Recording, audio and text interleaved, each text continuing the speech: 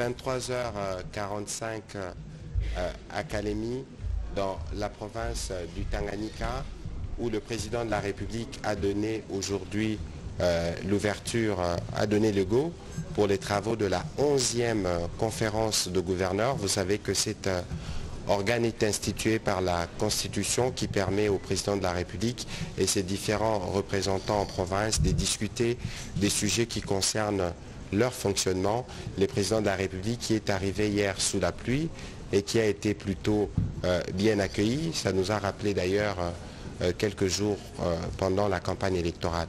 Et donc, ce soir, comme vous pouvez le voir derrière, la thématique principale de la 11e session va concerner aussi le programme de développement local de 145 territoires. Nous aurons donc le privilège d'avoir un peu plus tard le vice-premier ministre, ministre du Plan, qui viendra non seulement nous faire le point de ce qui s'est fait aujourd'hui, parce que l'un des événements aujourd'hui, c'était la descente du président de la République à 30 km de la ville de Kalemi, à Mutoa précisément, où il a inauguré les centres de santé construits dans le cadre du programme de développement local de 145 territoires. Mais bien avant d'ailleurs que nous puissions évoluer, je voudrais saluer encore une fois le vice-premier ministre, ministre de l'Intérieur, Maître Jacmel Chabani, bonsoir. Bonsoir, bonsoir, bonsoir. Ensuite, le gouverneur, M. Christian Kitunga, bonsoir. On va commencer cet exercice par vous. Qu'est-ce que ça représente pour vous et pour toute la population de la province du Tanganyika d'avoir le président de la République, non pas pour un jour, non pas pour 2 jours, mais pour presque 5 jours, parce que le Conseil de ministres de ce vendredi se tiendra ici dans les Tanganyika. Merci, Excellence, pour la parole. Et je salue toute la population du Tanganyika et en remerciant, commencer par remercier Son Excellence, Monsieur le Président de la République, chef de l'État, qui nous a fait cet honneur de passer ces événements au Tanganyika, non seulement par rapport à la conférence de gouverneurs, mais aussi le moment qu'il aura à passer le Conseil de ministres ici au Tanganyika. Ce n'est pas quelque chose de rien. Vous l'avez précisé, plus de 5 jours à peu près qu'il sera avec nous ici. Vous avez vu la joie manifeste de la population en l'accueillant d'abord, et même parce que vous avez parlé de Mutoa, vous avez vu le long de la route comment la population ne faisait qu'ovationner le président. Premièrement, ne fût-ce que par le voir, ça n'arrive pas chaque jour, comme toute population qui dit Tata et Nzalesili.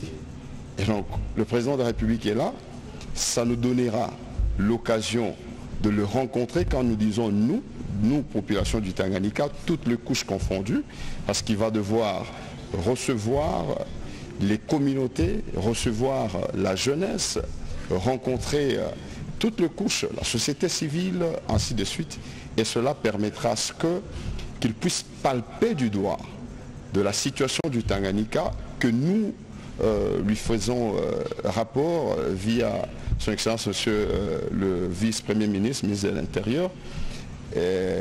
Vous le savez, le Tanganyika a connu certainement des inondations et le président est là et nous nous sentons très soulagés parce que ces questions vont devoir prendre corps et que Son Excellence Monsieur le Président de la République, avant de partir, il nous donnera beaucoup plus de lumière et c'est l'espoir même de la population qui le voit et qui attend de lui ces résolutions. Voilà, on aura l'occasion de revenir dessus, mais les sujets, c'est la conférence de gouverneurs. Vous avez eu l'occasion de présenter la province du Tanganyika, un poisson électrique ou le Tanga et le Nika. Le Tanga et le Nika, voilà. 139 000 km², c'est la 3e plus grande province de la République démocratique du Congo. Exactement. Nous avons vu des travaux, en tout cas partout où nous sommes passés. Le président de la République a regardé les palais des justices en cours de construction.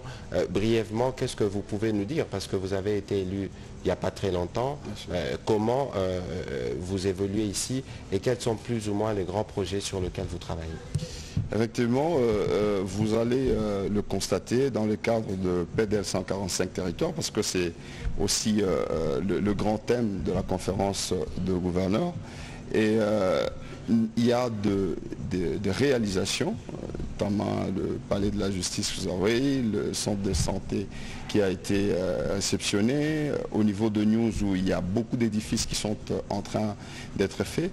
Et le projet de la route Manono-Kalemi qui est le vecteur non seulement de paix, parce que ça apporte sur le plan de la sécurité, mais cette question va permettre à recouvrir cette situation ou cette posture du vecteur qui est le secteur multimodal, de l'eau, la route, le rail.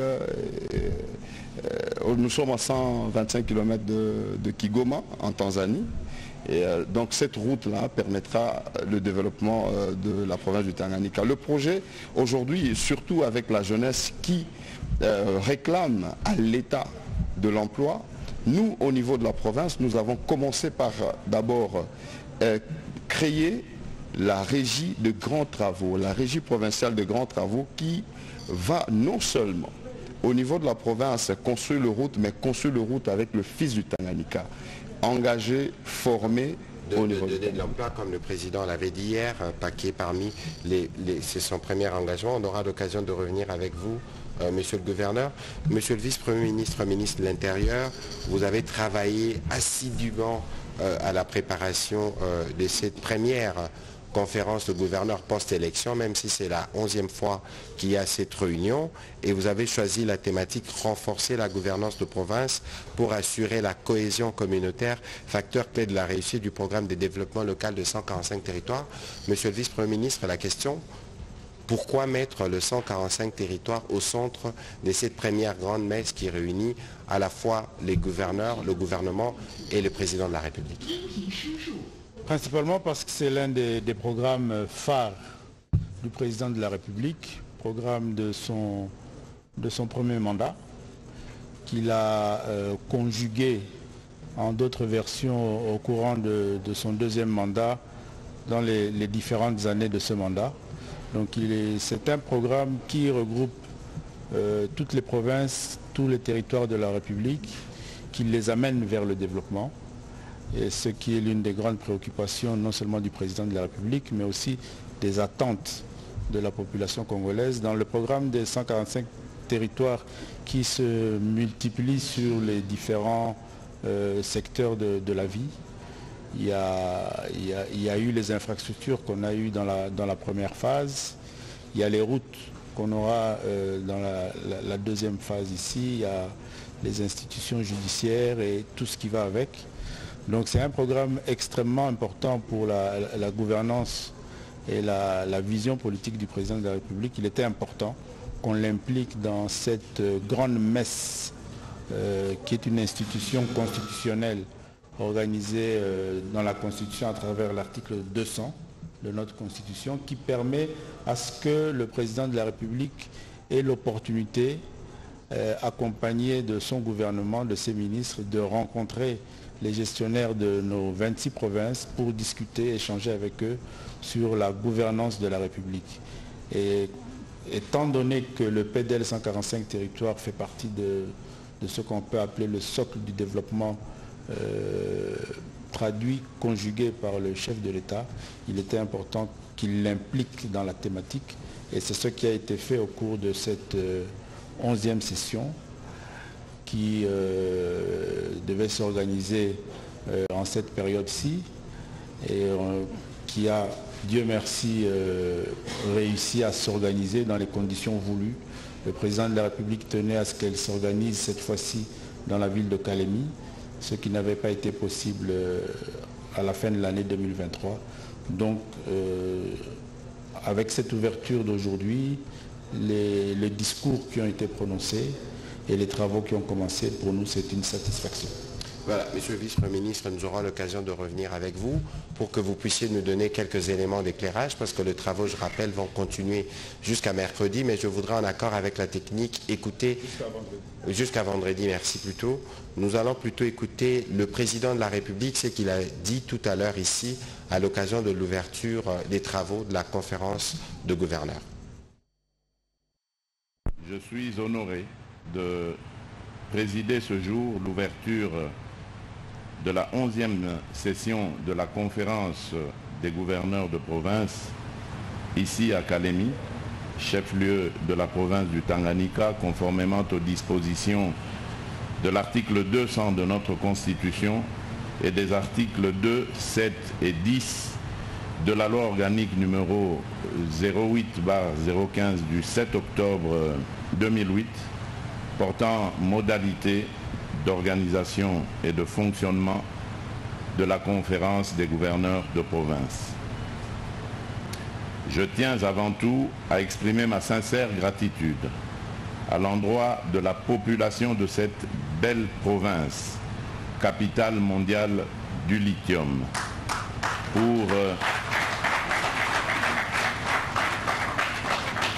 pour leur accueil combien chaleureux qu'elle m'a réservé.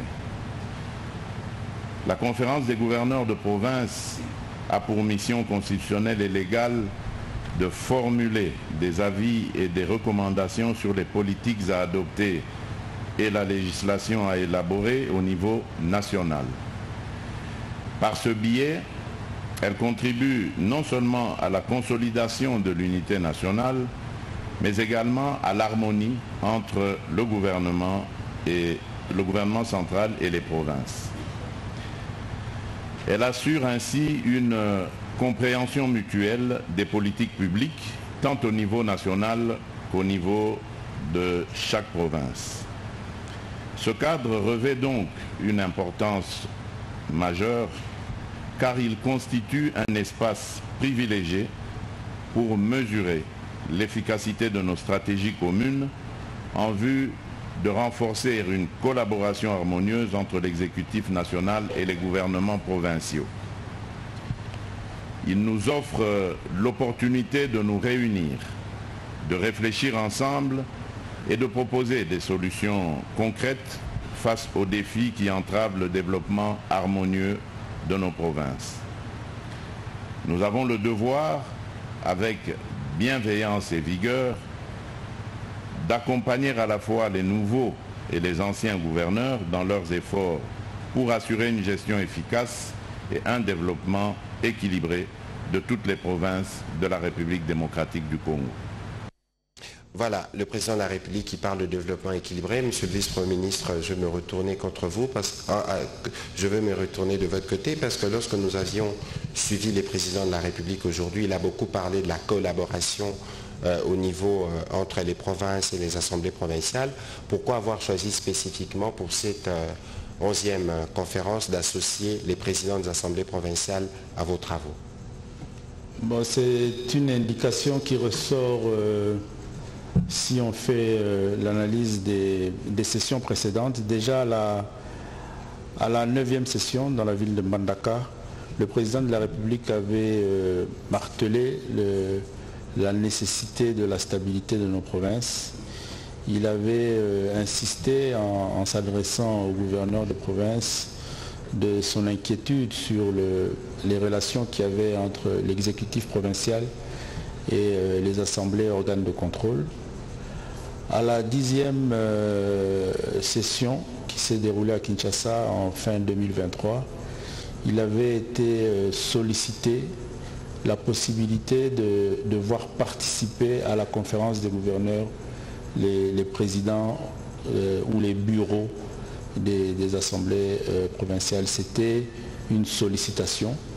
Et lorsque nous étions dans la phase préparatoire de cette session ici, à l'analyse de toutes ces observations, ces remarques, nous avons estimé qu'il était important au cours de ce forum, même si ce n'est pas clairement disposé dans l'article de la Constitution qui institue la conférence des gouverneurs, vu que c'est une grande rencontre, c'est une grande messe qui concerne la gestion des provinces et la relation entre le pouvoir central et les provinces.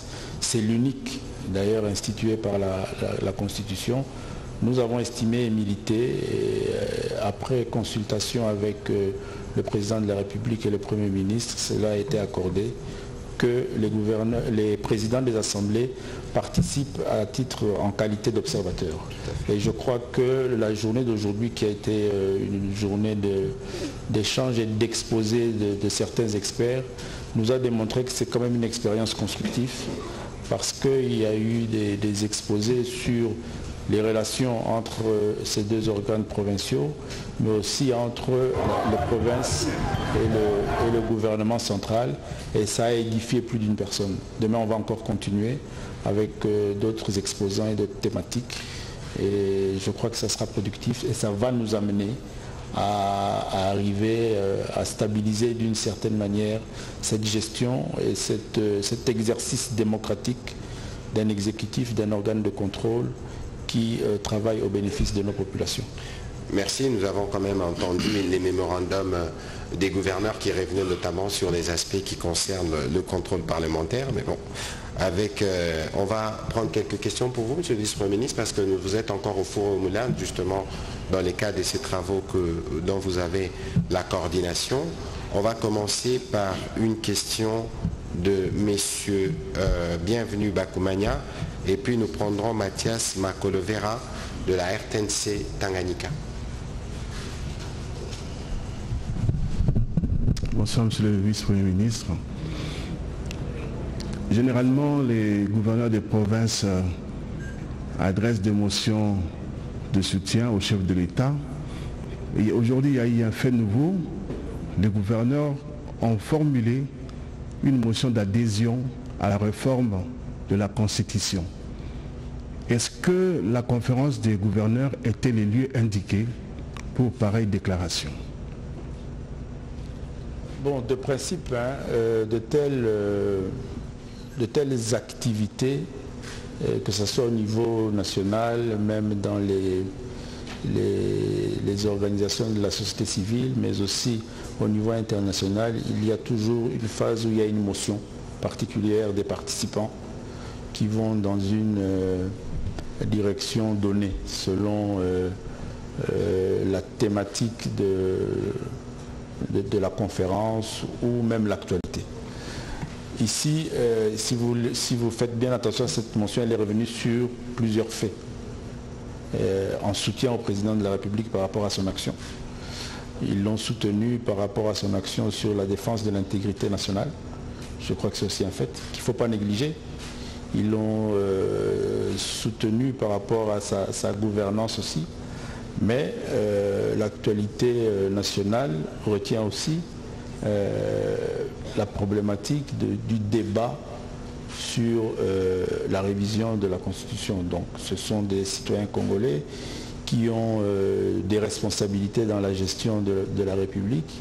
Et à leur niveau, ils ont estimé, et il faut discuter avec les gouverneurs de province, ils vous diront qu'eux-mêmes, selon aussi les attributions que sont les leurs, les rôles qu'ils jouent eux-mêmes en tant que gouverneurs de province dans la gestion de la République, de la chose publique, ils estiment à leur niveau, selon leurs fonctions, selon leurs attributions, selon les réalités qu'ils vivent au quotidien, les difficultés auxquelles ils sont confrontés, ils ont aussi.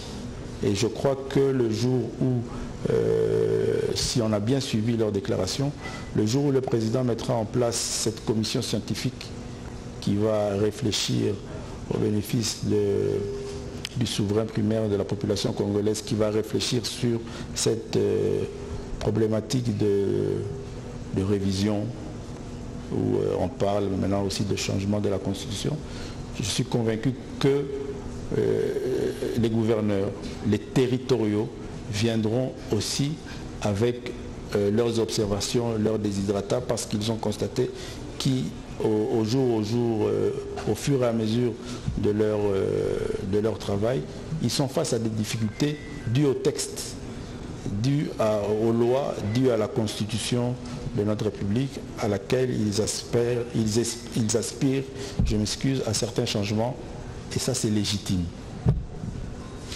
Voilà, merci. On va prendre les questions de M. Mathias Calavero. Comme ça, nous allons libérer le vice-premier ministre, ministre de l'Intérieur. Merci beaucoup, Excellence, Monsieur le ministre.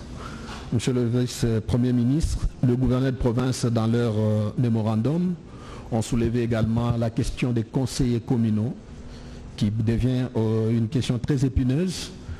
Alors la question est de savoir pourquoi prendre des mesures, soit pourquoi mettre en place des structures alors qu'on n'a pas encore jusque-là les mesures d'accompagnement de ces structures-là. Bon, il faut retenir d'abord que la réforme sur la décentralisation est une initiative ou une volonté prise de façon la plus souveraine par la République démocratique du Congo depuis des années. Maintenant, elle a connu des difficultés au fur et à mesure de son implémentation. Ici, moi je crois que si nous sommes tous convaincus que non seulement la démocratie, mais le développement de notre pays viendra par la base, à partir du moment où on arrivera à organiser les structures de base de notre République, les entités décentralisées, les villes, les communes, les territoires et les secteurs. Que c'est à partir de ce niveau-là que non seulement la démocratie, mais le développement, tel que le PDL 145 territoires, que c'est à partir de là que tout viendra. On ne peut que prendre de façon positive la volonté et l'initiative qui a fait en sorte qu'aujourd'hui, nous avons ces élus-là au niveau de la base. C'est vrai que nous faisons face à des difficultés, mais ensemble, au niveau du gouvernement et avec les provinces, nous sommes en train de prendre des initiatives pour pallier à ces difficultés-là. Et au fur et à mesure, nous allons installer toutes ces entités, nous allons mettre en place tous ces responsables au niveau des entités de base, et je crois que c'est cela qui va permettre à ce qu'on ait une meilleure gouvernance, une meilleure cohésion communautaire aussi, et que le développement deviendra une réalité. Donc cela a été la volonté du président de la République à la veille de la préparation des élections de 2023. C'est des élections qui ont été reportées depuis 2006. Et le fait du report de ces élections ont créé aussi des difficultés et nous ont mis dans des situations telles que certaines réalisations de développement ont été impossibles d'être mises en place. Le président de la République a pris ce courage et il a mis tout en marche pour que ces élections s'organisent. Nous avons ces élus et au niveau du gouvernement, nous sommes en train de travailler pour que la CENI puisse publier dans les délais les plus proches les prochains calendriers, les prochaines dates pour qu'on finalise à ce niveau-là et on va avancer. Je suis convaincu que c'est au bénéfice de la République. Voilà, Monsieur le vice-premier ministre, il y a beaucoup de questions qui vous concernent, mais on ne saura pas le prendre parce que d'abord, les travaux ne sont pas encore terminés. Aujourd'hui, vous nous donniez juste un aperçu de l'esprit qui anime ces travaux, mais peut-être une dernière préoccupation avant que vous puissiez partir d'ici, Monsieur le vice-premier ministre. Le président de la République fait de l'itinérance dans toute la République démocratique du Congo. Kalemi va battre les records avec 4-5 jours. Ne craignez-vous pas qu'il soit réclamé pour rester plus longtemps dans notre province? Pourquoi 5 jours à Kalemi? 5 jours à Kalemi parce que c'est le président qui a décidé. Il fallait d'abord venir pour la conférence des gouverneurs à la date qui était prévue pour la conférence des gouverneurs. Mais comme le président a déjà initié cette itinérance qui est aussi une promesse de campagne, il avait fait savoir partout où il passait à ses électeurs qu'il reviendra et qu'il passera son deuxième mandat à circuler à travers la République démocratique du Congo. Donc d'une pierre deux coups, il lance la conférence des gouverneurs et il organise où il tient le conseil des ministres ici à Kalemi. Ça lui prend la semaine, mais il ne termine pas seulement à Kalemi en termes d'itinérance en province.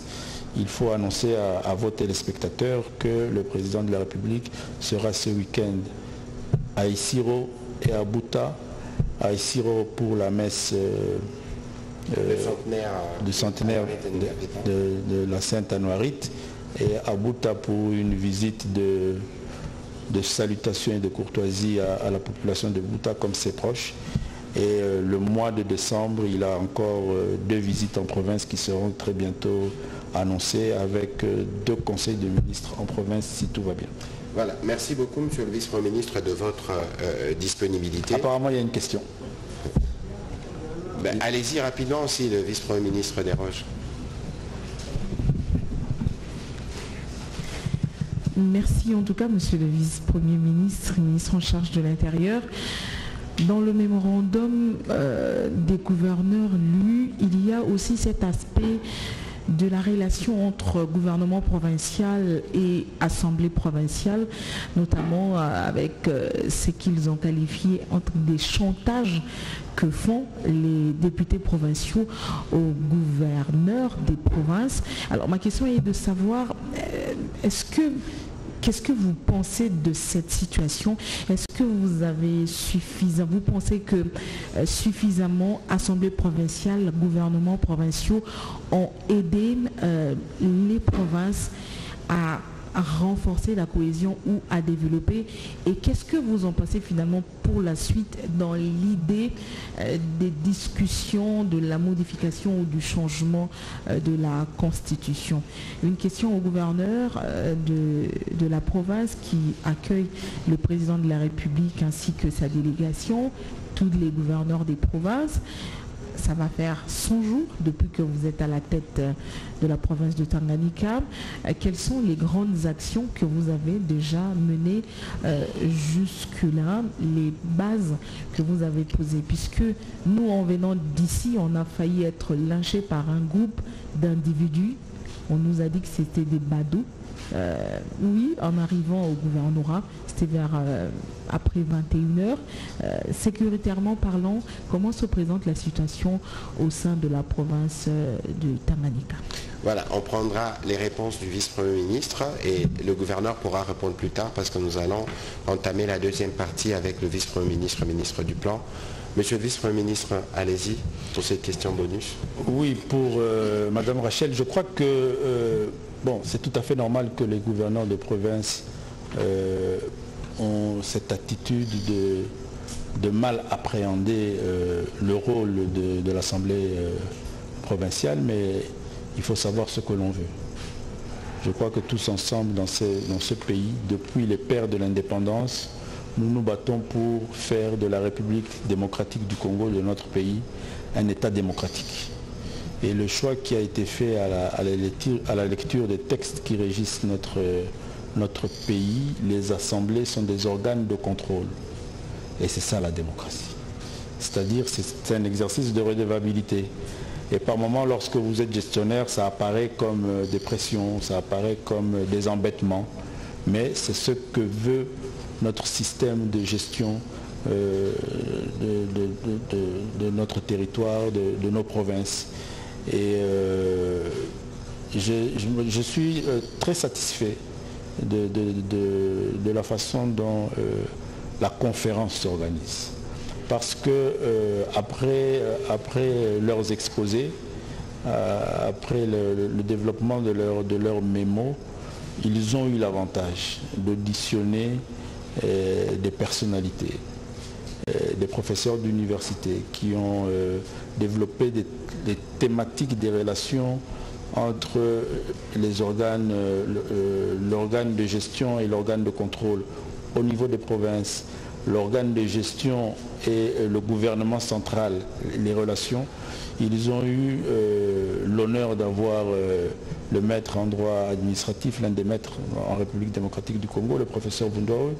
Ils ont eu aussi le professeur Chilumba, qui ont été très détaillés sur toutes ces questions et qui leur ont fait savoir que c'est un exercice démocratique qu'ils doivent accepter parce qu'ils sont l'émanation de l'Assemblée provinciale et c'est cette Assemblée provinciale qui reçoit le pouvoir du peuple, de la population de la province, des électeurs de la province qui leur donne la responsabilité de gérer les biens de cette province. Et de par cette responsabilité, l'Assemblée provinciale a le droit et l'obligation de les contrôler et de les sanctionner à chaque fois qu'ils estiment que le gouverneur ou que le gouvernement provincial ou que le ministre provincial n'a pas joué son rôle, a mal joué son rôle. Et c'est ça que prévoient nos textes et c'est ça la démocratie. Et ils sont appelés à l'accepter et à jouer ce jeu-là. C'est un jeu démocratique de redevabilité qui se fait aussi au niveau national. Voilà, merci beaucoup Monsieur le Vice-Premier ministre pour vos éléments d'éclairage. Maintenant, nous allons, en accord avec la technique, demander la visite du président ou l'inauguration du président du centre de santé de Mutoa, à 30 km de la ville de Kalemi, où plus de 13 000 compatriotes ne devront plus parcourir 30 km pour rejoindre Kalemi pour se faire soigner. Le thème de cette 11e session, intitulée « Renforcer la gouvernance des provinces pour assurer la cohésion communautaire, facteur clé de la réussite du programme de développement des 145 territoires », souligne ainsi l'importance d'une gouvernance provinciale inclusive et responsable pour garantir la cohésion sociale et le développement de nos territoires. À ce titre, il nous revient à tous, en tant qu'acteurs engagés, de faire preuve de détermination et de collaboration pour accélérer la mise en œuvre des initiatives prévues dans le cadre du PDL 145 territoires. Je considère ce programme comme une opportunité singulière de transformer la réalité socio-économique de l'arrière-pays en apportant des solutions durables et adaptées aux besoins des populations locales.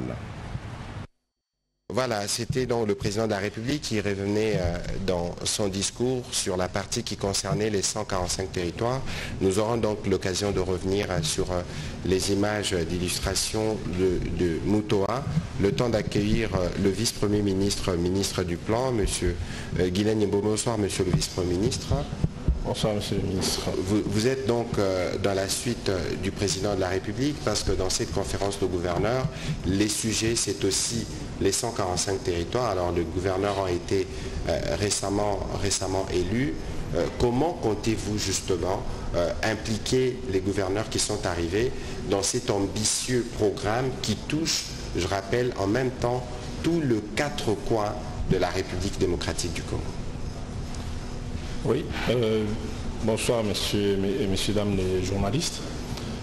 Bon, les gouverneurs, en fait, c'est peut-être parce que le programme n'est pas mieux connu par le public, mais en réalité, dans la gouvernance du programme, les gouverneurs sont déjà prévus. Donc, je vais peut-être donner brièvement. Je vous en prie. Donc, vous avez le pilotage, donc le comité des pilotages qui est présidé par le président de la République. Ensuite, vous avez les comités de coordination pilotés par Madame la Première ministre. Et puis vous avez les comités opérationnels que je pilote au niveau de mon ministère de plan et de la coordination de l'aide au développement. Et à ce niveau-là, vous avez donc les gouverneurs qui sont prévus, donc au niveau du gouvernorat. Vous avez aussi l'administrateur du territoire qui est prévu dans les cadres de suivi de ce programme. Ensuite, vous avez un comité qui rapporte à moi-même pour faire le contrôle et les suivis des agences. Comme vous le savez, il y a 3 agences qui sont recrutées pour travailler sur ce programme-là en termes de mise en œuvre de ce programme. Donc c'est juste une question de donner plus d'informations, mais aussi des moyens pour que les gouverneurs puissent réellement s'impliquer dans le programme. Mais en réalité, ils sont bien dedans. Ah, très bien. Avant même qu'on aille en profondeur justement sur la question de 145 territoires, parce qu'il y avait quand même beaucoup de questions sur les sujets, comment le projet a été relancé. Aujourd'hui, le président de la République a été à Mutoa, à plus de 30 km d'ici, où plus de 15 000 compatriotes ne devront plus faire la route pour venir se faire soigner à Kalemi. Qu'est-ce que cela représente? Vous êtes évidemment bien connaisseur du milieu dans lequel nous sommes.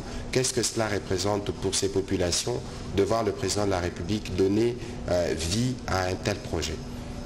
Mais c'est une avancée majeure.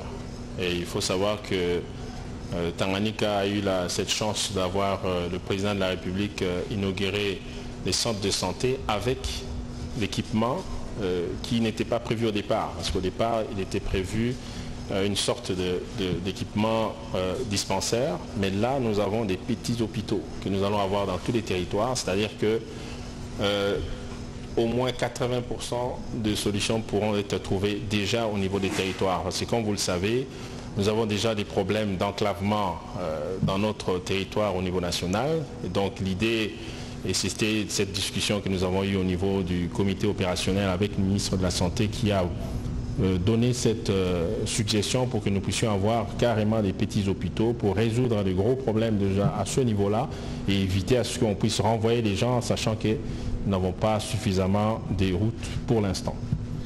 Voilà, Monsieur le vice-premier ministre, parce que nous avons l'occasion de vous avoir, le projet 145 territoires a semblé pour certains à un certain moment avoir été grippé un peu, mais qu'est-ce que vous pouvez nous dire aujourd'hui, le projet, où est-ce qu'il se situe, les niveaux d'exécution, les degrés d'engagement du gouvernement? Voilà, c'est aussi une question de communication. Il faut nous mettre dans le contexte du début de ce programme. Dans la tête de beaucoup de personnes, le projet, donc le programme des 145 territoires a réellement démarré en 2021. Ce qui est, on veut dire, vrai ou faux, parce que le programme a été adopté en décembre 2021, mais la mise en œuvre a commencé réellement en 2023. Parce qu'entre-temps, il y a la question de passation de marché, la question des fonds qu'il fallait trouver. Là aussi, il faut se souvenir que nous sommes en pleine campagne électorale, donc la période des élections où le choix du président de la République, c'est celui de la souveraineté pour que nous puissions organiser nous-mêmes nos élections avec nos propres moyens. Et donc, il y avait beaucoup de moyens qui ont été mis en œuvre pour ça. Mais aussi, nous n'avons pas oublié que nous avons toujours la guerre à l'est du pays. Et donc, la question de financement a été la question majeure aujourd'hui pour que nous puissions avoir ce programme réellement déployé. Donc, ce qui fait qu'il y a beaucoup de confusion aussi dans la tête des gens. Donc, le programme a réellement commencé en 2023. Et à partir de là, nous sommes en train d'avancer. Et par rapport aux résultats que nous avons aujourd'hui, et compte tenu de ce que je viens de vous expliquer en termes de contexte, pour ma part, je considère que le programme avance bien. Et je vais peut-être vous donner quelques difficultés, des grandes, à part la question des financements. Vous le savez, les questions des routes. Qui sont, si on avait la possibilité de mettre une vidéo, vous allez réaliser à quel point c'est compliqué parfois de pouvoir réaliser tous ces ouvrages-là. Donc pour moi, nous avançons doucement mais sûrement. Et puis les gens doivent retenir que le programme de 145 territoires, c'est un programme qui ira jusqu'au bout. Parce qu'il y a beaucoup d'inquiétudes sur le plan de fonds et ainsi de suite. La gouvernance est très bien faite et qui fait qu'il n'y a pas possibilité à ce que ce programme puisse échouer. Parce qu'il y a des contrats qui sont d'abord au niveau du gouvernement et des agences, et puis au niveau des agences et des prestataires. Donc à chaque niveau, il y a des exigences, et pour le gouvernement, nous sommes là pour veiller jusqu'à ce que le contrat soit correctement réalisé. Alors, nous parlions en décembre dernier de 900 ouvrages prêts. Est-ce qu'en termes chiffrés, vous pouvez nous dire, parce que le président de la République a inauguré le centre de Mutoa, est-ce qu'approximativement on en est à combien de centres de santé, à combien de bâtiments administratifs, à combien d'écoles construites dans le cadre de ces programmes immenses? En termes de ce qui est achevé à ce jour, nous avons 853 ouvrages au total, donc avec 518 écoles, 276 centres de santé et 59 bâtiments administratifs. Ça, c'est de manière générale. C'est déjà prêt, livré? Ça, c'est déjà achevé, livré. Ça dépend aussi du programme parce qu'il faut la réception d'abord par les ministères sectoriels parce que, comme je vous ai dit, en termes de gouvernance, donc les travaux sont réalisés via les agences, mais tout ce qui est termes de référence et contrôle en aval, c'est fait par les ministères sectoriels. Pour les écoles, c'est le ministère de de l'éducation qui va s'assurer à ce que tout a été fait selon les règles. La même chose pour les centres de santé, le ministère de la Santé, et puis pour les bâtiments administratifs avec les ITPR. Voilà. Oui, avant qu'on puisse donner la parole aux professionnels des médias pour des questions spécifiques, je pense que Calémie, la province de Calémie, c'est les PNUD qui avaient en charge d'exécuter. Mais sur le PNUD, monsieur le vice-premier ministre, on a quand même enregistré beaucoup de plaintes en termes de rythme d'exécution de travaux. Est-ce qu'aujourd'hui, les PNUD, un peu comme les BCECO et CFF, a pris le rythme qu'il faut pour faire accélérer les travaux dans les cadres de ces programmes justement de 145 territoires? Tout à fait. Et j'ai rassuré d'ailleurs parce que je suis passé ici pendant la période des campagnes. Donc j'avais rassuré en tout cas la population ici pour dire que nous savons que le démarrage pour le PNUD a connu quelques difficultés parce qu'il y a eu des changements au niveau de sa gouvernance. Mais après, les choses se sont mises en ordre de bataille pour rattraper le retard. Je tire d'ailleurs ça de la bouche du gouverneur qui vous a bien dit qu'il y a des travaux qui avancent dans différents territoires. Donc voilà, donc sur le plan de réalisation, il y a des avancées considérables aujourd'hui. Voilà, merci beaucoup monsieur le vice-premier ministre. On va commencer la série des questions qui vous étaient destinées. Madame Rachel, on n'a pas oublié votre question, on y répondra. On va prendre la question de monsieur Juvenal Moudimbi de la radio Ndenga News.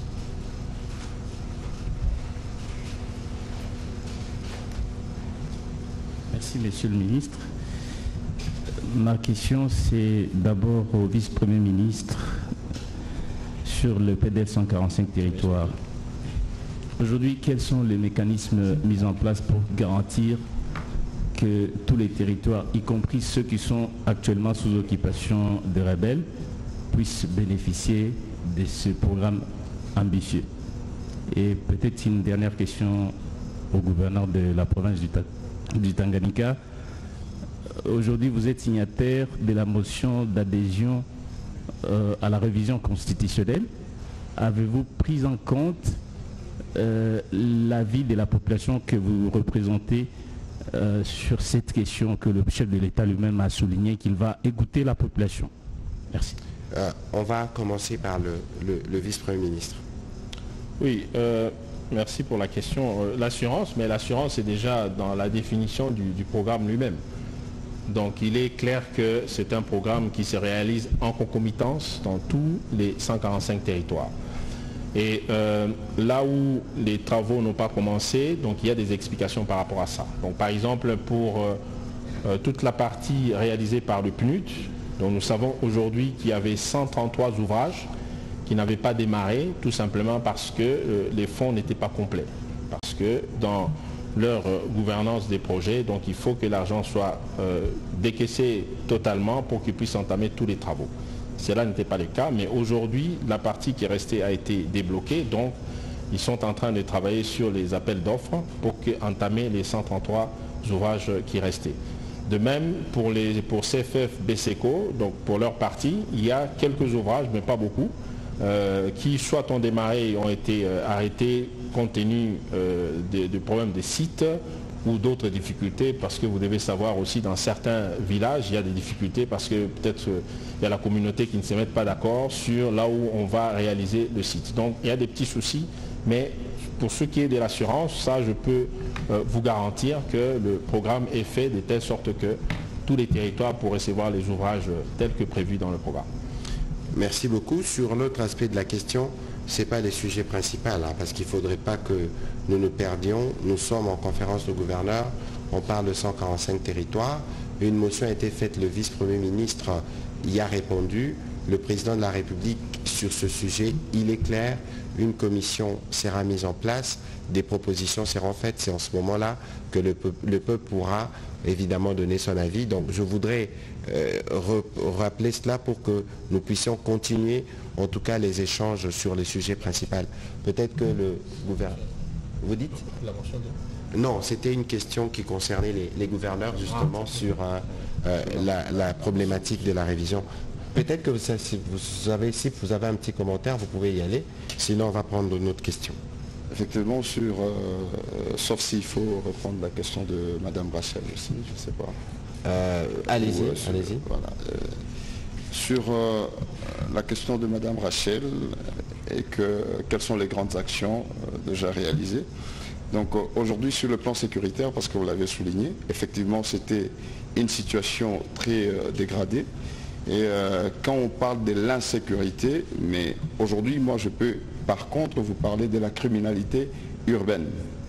Et sans oublier qu'il y a aussi des îlots de stabilité dans certains territoires, notamment Kongolo, Nyunzu, Manono, qui avant étaient les triangles de la mort. Aujourd'hui, il y a quand même de la calmie. Au niveau de la ville de Kalemi, ce que était Kalemi avant, c'est pas ce que nous avons maintenant.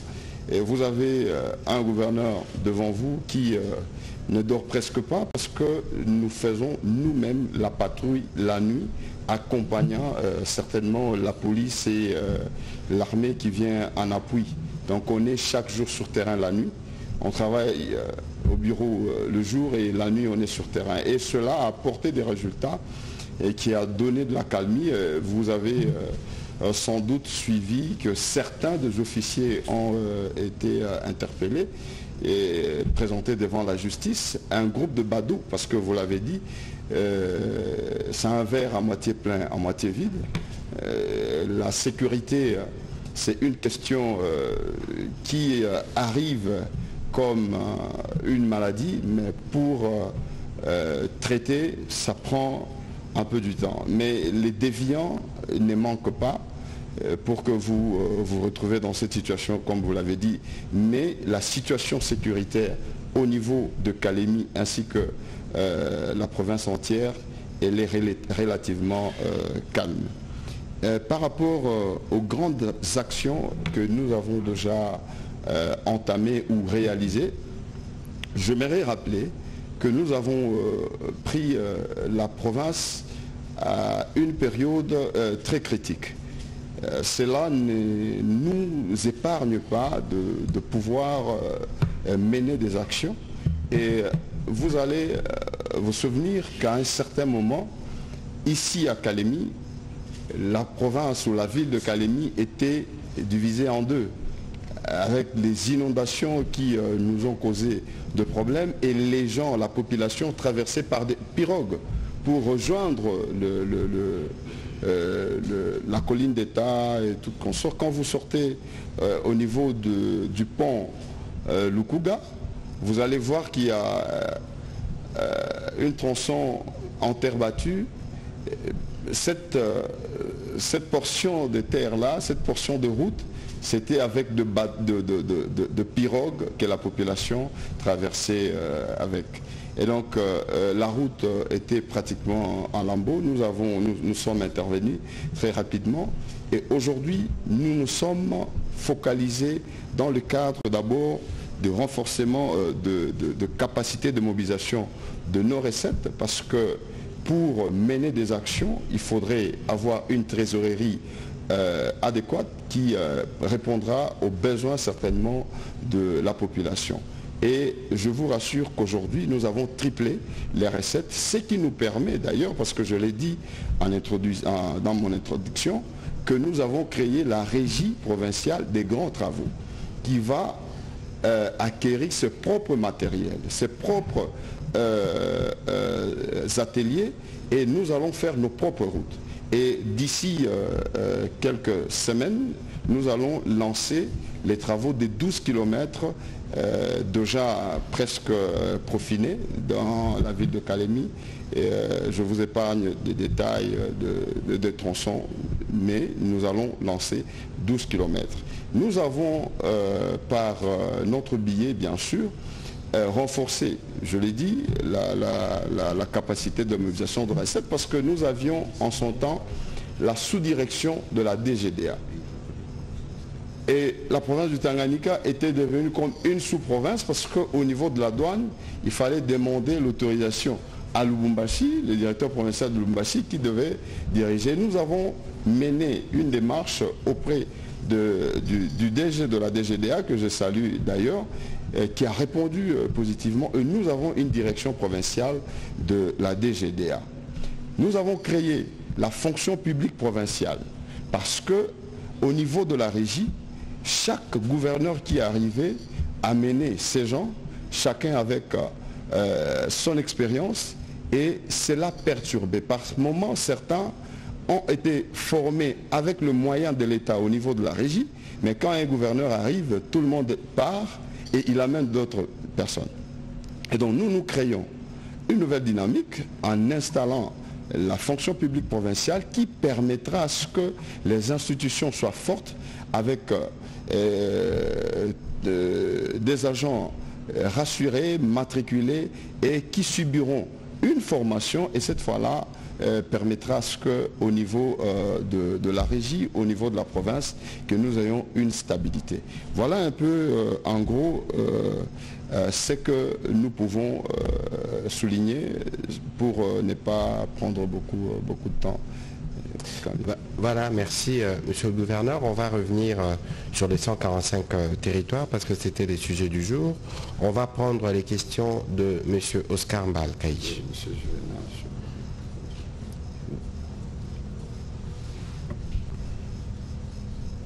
La question, M. Julien, sur la motion. Dire un mot à ces propos. Vous aurez l'occasion. Merci, Excellence, Monsieur le Ministre.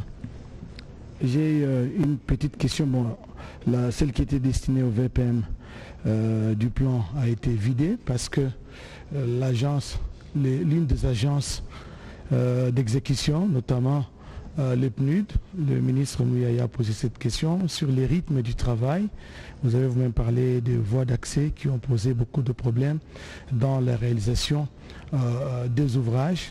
Mais la petite question, il y a 6 territoires, il y a 91 ouvrages ou infrastructures qui ont été recensés, 14 restent à être, dont les contrats restent à être signés pour que tous les autres territoires bénéficient totalement de ces ouvrages de PDL 145 territoires, à quand justement la signature pour les ouvrages restants parce qu'il y a des ouvrages dont les travaux sont en cours d'exécution. La petite question que j'allais vous poser, pour que tous les territoires, les 6 territoires de la province du Tanganyika bénéficient des ouvrages d'une décennie. J'ai 2 petites questions à poser à Monsieur le Gouverneur de la province du Tanganyika à l'occasion justement de la 11e session de la conférence des gouverneurs. Vous avez beaucoup attendu cette conférence. La 10e a été organisée à Kinshasa. Nous y avons pris part au Palais de la Nation. Plusieurs recommandations avaient été formulées en son temps. Et je vois pratiquement les mêmes recommandations reviennent parce que j'ai suivi les mémorandums des gouverneurs qui ont été lus par le gouverneur de la province de Lomami. Dans les desiderata des gouverneurs, vous sollicitez la mise en œuvre de la caisse de péréquation, vous sollicitez qu'on puisse tenir compte de la paye des arriérés des salaires des gouverneurs et même tout naturellement, il y a quelqu'un qui a soulevé la question des conseils communaux, je pense. Vous sollicitez donc des arriérés. C'est les mêmes recommandations qui viennent. Comment comptez-vous vous en sortir? Parce que vous faites partie de tous ces gouverneurs. Les chefs de l'État ont pris bonne note. Qu'est-ce qui va advenir? Est-ce que vous avez foi que vos désidératas seront cette fois-ci pris en compte? Une petite deuxième question pour terminer. Je ne vais pas monopoliser la parole. Le port de Kalemi, c'est un des ports les plus importants de la province de Tanganyika. Il constitue aujourd'hui un port pour la consommation de produits en provenance de la Tanzanie, de la Zambie et du Burundi, et non un port d'exportation. Et vous, en tant que gouverneur, quelle est la politique que vous allez utiliser? Que comptez-vous faire pour relancer les activités économiques de ces ports d'un grand intérêt pour la province de Tanganyika? Je ne sais pas si la question sera soulevée lors des panels qui sont organisés lors de cette session. Voilà, je vais me tourner du côté du vice-premier ministre par rapport aux questions qu'il a posées. Mais, monsieur le vice-premier ministre, sur les 145 territoires, on ne pense qu'aux bâtiments généralement. Mais est-ce que, comme nous avons l'occasion de vous avoir, vous pouvez nous brosser un peu sommairement comment le projet est structuré, comment il se décline, ses différentes phases, ses différents aspects. Comme ça, les idées pourront être mieux cristallisées dans les chefs de ceux qui nous suivent. Alors très rapidement pour les ouvrages qui restent, donc il s'agit de Kalemi pour 9 ouvrages et puis Moba pour le 5. Donc comme j'ai dit déjà avant, donc les contrats sont en cours. Donc il faut, donc le PNUD est en train de travailler sur les appels d'offres. Donc en réalité, dans les semaines qui viennent, en principe, les travaux devront commencer. Donc pour toutes les entreprises qui se sentent capables, bien sûr, de se lancer dans l'aventure, donc c'est le moment de pouvoir postuler pour ces ouvrages-là qui restent. Alors de manière générale, et comme je vous l'ai dit, la question de communication, donc aujourd'hui on pense que le projet PDL, c'est seulement les écoles, les bâtiments administratifs, les centres de santé, mais c'est plus que ça. Donc c'est plus que ça parce que nous avons, ça ce n'est qu'une partie de la première composante qu'il s'agit juste de la question des infrastructures. Donc il y a les infrastructures routières, donc des routes agricoles, et puis ceux qui sont déjà en train d'être réalisés. Et puis vous avez la question du développement des chaînes agricoles, donc des chaînes de valeur agricole. Donc là, c'est vraiment la partie la plus, je veux dire, la plus intéressante de ce projet, parce qu'en réalité, c'est ça qui va booster les économies locales. Et là, encore une fois, c'est là où nous posons le problème et demandons au gouverneur, parce que vous avez posé la question de comment ils peuvent être impliqués, c'est de préparer les populations pour qu'elles soient prêtes à recevoir ce projet-là quand le financement va être débloqué à ce moment-là. Donc il s'agit des questions des terres. Vous savez aujourd'hui que la question des terres pose beaucoup de problèmes à certains endroits. Donc il faut déjà préparer ces endroits-là pour que les provinces ou les territoires soient prêts à recevoir le projet. Mais vous avez aussi la question des renforcements des capacités. Si vous allez remarquer qu'il y a des plaintes à gauche, à droite, nous en avons eu même avec certains députés pour dire que non, voilà, il y a des réalisations qui ne sont pas nécessairement au top.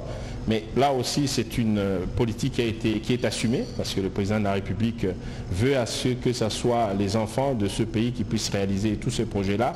Mais pour ça, donc il y a un accompagnement qui est prévu de cette composante-là, des renforcements des capacités pour leur permettre d'absorber tous ces projets-là. Et enfin, il y a la composante de géoréférencement. Donc ça, c'est une question pour éviter les contestations. Parce qu'il y en a d'autres, vous dites, voilà, il y a telle réalisation à gauche ou à droite, mais ils vous disent que non, moi j'étais là. Mais là, ça va pouvoir régler cette question-là parce qu'on ne pourra pas tricher. Donc vous allez sur une plateforme et vous cliquez et ça vous envoie directement là où l'ouvrage se trouve. Donc il y a beaucoup de réalisations, on ne parle pas de forage, donc il y a au moins 3071 forages qui sont prévus. Il y a des kilomètres, en termes de kilomètres de routes, on parle de 40 000 routes. On va commencer d'abord par 10 000 routes, hein, donc pour les travaux, 10 000 kilomètres de routes. Il y a 418 mini-centrales solaires prévues, 471 km de lampadaires, il y a 447 sources d'eau aménagées, 636 bâtiments, donc ils vont arriver pour bâtiments administratifs des secteurs, donc il y a 1450 logements pour les autorités territoriales, et voilà, 283 marchés modernes avec espace de vie, donc il y a toute une panoplie des choses qui doivent encore être réalisées. Comme je vous ai dit, ici, nous allons travailler sur la question de financement. Donc, il y a une stratégie qui est en train de se mettre en place pour que nous puissions mobiliser suffisamment de revenus pour nous permettre de réaliser tout ça. Donc, si vous regardez le programme des 145 territoires, c'est vraiment, comme on dit, une vision magnifique du président de la République, parce que rien qu'avec ce programme, vous allez retrouver dans les 6 engagements du président de la République, tout ça se tient. Donc vous avez la question de l'emploi qui va être résolue parce qu'avec les économies locales, avec ce qui est déjà en train de se faire, vous avez des engagements au niveau local. Et ici, vous avez la question de la sécurité avec les autorités qui vont être mises plus proches de la population. Vous avez la question du pouvoir d'achat, comme je l'ai dit tantôt, toujours dans la question des économies locales qui seront qui pourraient être réglées. La question de la diversification, parce que là, pour les économies, j'ai parlé de l'agriculture, essentiellement parce que vous devez savoir que l'agriculture intensive, bien sûr, c'est la première phase dans le cadre de notre programme de développement, le PNSD, Programme stratégique de développement. C'est le premier palier où nous avons une agriculture intensive. Donc nous répondons bien à cet aspect-là. La question d'accès aux services sociaux. Nous avons la question des écoles, la question des centres de santé qui est en train d'être répondue aujourd'hui. L'efficacité des services publics. Et là encore, on est en train de rapprocher les services publics tout près de la population. Voilà un programme complet et que moi, personnellement, j'encourage pour que tout le monde puisse le porter. Éviter plutôt des polémiques, comme je vous dis, c'est garanti. Ce programme va se réaliser jusqu'au bout et ça va nous permettre, à la fin de ce qui est prévu pour cette partie, nous comptons organiser une grande revue qui va nous permettre de régler les imperfections. Et ces imperfections-là vont permettre à ce que nous puissions avoir une deuxième édition qui va encore amener plus d'éléments au niveau de chaque territoire. Et vous pouvez vous imaginer la République qui va avancer concomitamment avec 145 territoires. Et sur le plan des investisseurs qui pourront venir, vous voyez très bien que en termes de ceux qui ont une vision, ils peuvent voir que la RDC va pouvoir avoir un boom extraordinaire. En parallèle, vous devez aussi le savoir, nous sommes en train de travailler sur le climat des affaires pour être conséquent. Parce que ça demande beaucoup de moyens, comme je l'ai dit, mais il faut que l'État puisse être accompagné par les privés pour des grands investissements, essentiellement des routes, l'énergie, l'eau et tout. Ça demande beaucoup de fonds et il faut que les privés puissent entrer en jeu. Et pour entrer en jeu, nous sommes occupés à perfectionner justement la question du climat des affaires. Il y a une nouvelle feuille de route qui est en préparation et un plan stratégique qui est aussi en préparation. Donc c'est quand même quelque chose où nous demandons l'appui de tout le monde et l'accompagnement pour que nous puissions mieux le réaliser. De toute façon, nous, on va s'organiser, en tout cas en accord avec vous. Nous en avons déjà discuté sommairement pour que les médias puissent véritablement s'impliquer dans les suivis. Parce qu'il est une chose, nous disons ce que nous faisons, il est une autre. Il faut qu'on arrive à montrer encore que pour nous, l'impact le plus important, c'est les changements qu'on apporte dans les quotidiens des bénéficiaires. Et d'ailleurs, monsieur le gouverneur, avant que vous ne puissiez répondre aux questions qui étaient les vôtres, parce que nous devons clôturer cet exercice, mais comment vous avez, vous, personnellement, accueilli, perçu la joie, en tout cas, des compatriotes que nous avons vus à Mutoa aujourd'hui, au passage du président de la République? Non, c'est époustouflant parce que déjà, avant que le chef de l'État n'y arrive, avant que le VPM plan n'y arrive, parce que le VPM est passé avant l'arrivée aussi du président de la République, et j'y ai été plus de 2 fois, et déjà, c'était ces vœux ardents de la population de commencer à consommer le service et cela est matérialisé aujourd'hui. Vous avez vu, vous avez lu la joie de cette population qui ne devra plus, vous l'avez souligné, faire les 30 km pour venir à Kalemi et avec la technologie qu'on a vue, une technologie un peu plus avancée et où les médecins pourront communiquer avec des spécialistes qui, par moment, ne sont pas à Kalemi, mais qui seront à l'extérieur. La télémédecine, en tout cas, il y a un dispositif qui a été... Exactement. Et donc, nous avons vu une joie que cette population n'a jamais. Et surtout, la symbolique, voir le chef de l'État, le président de la République s'y rendre, être à Mutoa pour lancer et montrer à la population que même au niveau le plus reculé, le chef de l'État est là pour apporter des solutions à sa population. Voilà, si vous pouvez ramasser les questions qui vous ont été destinées. Sur la question de la conférence du gouverneur, peut-être qu'il fallait que le vice-premier ministre puisse y répondre, mais il faut considérer que c'est une autre période qui a commencé. C'est la première conférence du gouverneur depuis les élections. Les esprits, en tout cas, sont renouvelés. Le président de la République l'a dit ce matin. Pour le reste, il faut attendre de voir ce que sera. Je ne sais pas comment le gouverneur peut réagir à ce sujet, mais en tout cas, par rapport à Kalemi, c'est que ça représente le port. Qu'est-ce que vous pouvez nous dire? Et ce sera peut-être les derniers mots de cet exercice. Effectivement, M. Oscar l'a dit, le port représente un grand atout pour nous. parce que nous sommes ouverts aux pays voisins, la Zambie, la Tanzanie, le Burundi, les Sud Kivu, le Nord Kivu également. C'est dire que celui qui investit aujourd'hui au Tanganyika a l'audience de la Tanzanie, le Burundi, la Zambie, ainsi que les deux autres provinces qui sont de provinces voisines par voie lacustre. Et par rapport à l'exportation, nous allons rappeler que le Tanganyika a le coltan, la cassitérite, le nobium, donc disons le minerai 3T, et qui sont exportés via le port de Kalemi. Et ce port qui est à 125 km de Kigoma, c'est dire que vous atteignez très facilement Dar es Salaam pour l'exportation. Et notez qu'au niveau du port, il n'y a pas de péage, comme nous voyons dans d'autres provinces où les minéraux ou le tract qui doivent passer doivent payer le péage, et le transport maritime, c'est le transport le moins cher.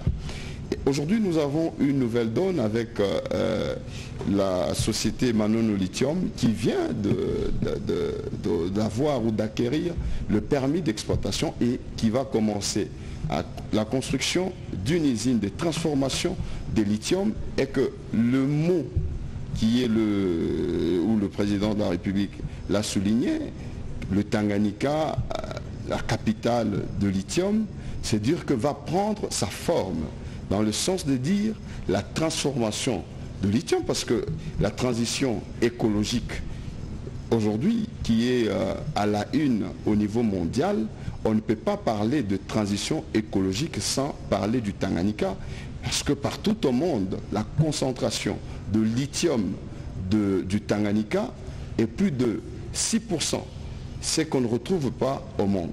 Et donc aujourd'hui, l'exportation, l'importance du port sera encore plus accentuée au-delà de ce qui s'est fait déjà maintenant, avec les investisseurs qui sont en train de venir, et surtout, je l'ai dit, avec la route Manono-Kalemi que son Excellence, Monsieur le Président, a eu à impulser au niveau de la province du Tanganyika. Donc ceux qui sont en retard aujourd'hui d'investir au Tanganyika, c'est maintenant le moment. Parce que demain, ça sera le boom au Tanganyika. Voilà, vous aviez souhaité répondre rapidement à la question de Juvenal. Je crois que vous avez bien voilà.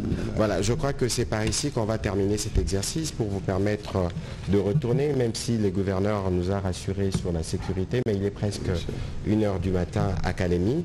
Monsieur le vice-premier ministre, on n'a pas eu le temps de puiser évidemment toutes les questions liées au programme de PDL, mais nous avons dit l'essentiel. Quels peuvent être vos mots pour résumer, ne fût-ce que pour la partie du Tanganyika?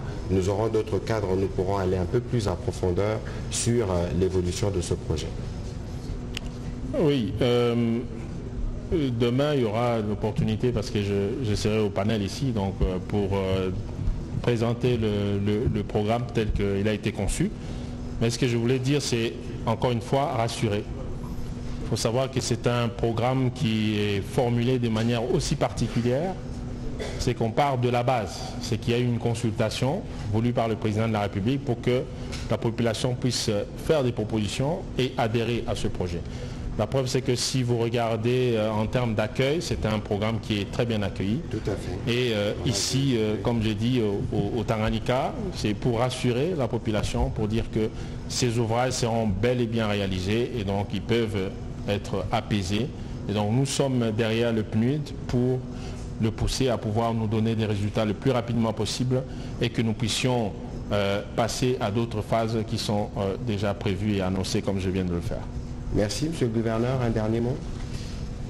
C'est dire merci au chef de l'État qui a choisi cette province, et surtout à symbolique, 5 jours, plus de 5 jours au Tanganyika, et ça nous permettra de discuter et de présenter les difficultés que nous avons, qui sont énormes, et la population, dire aussi merci à la population de la confiance qu'elle continue à nous faire.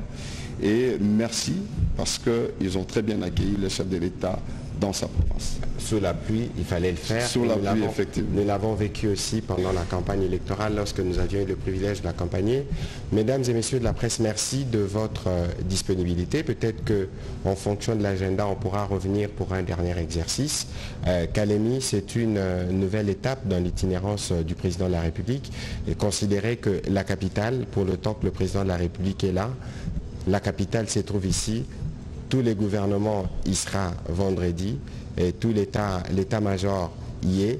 C'est dire que pour le président de la République, la province du Tanganyika est une province qui est un peu comme toutes les provinces aussi, hein, qui est une province qui figure bel et bien dans son agenda. Et le président de la République a dit ici qu'il était le président de tous les Congolais pour ceux qui l'ont élu et pour ceux qui n'ont pas élu. On termine par là. Merci et bon retour chez vous.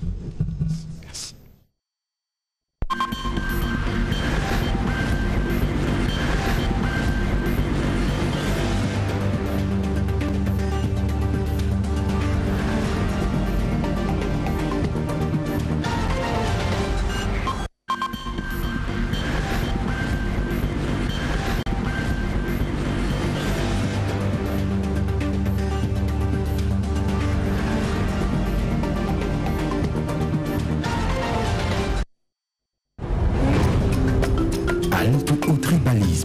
Protégeons notre diversité culturelle.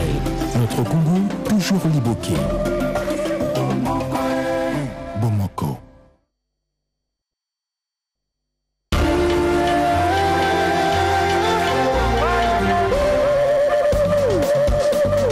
Page Magazine.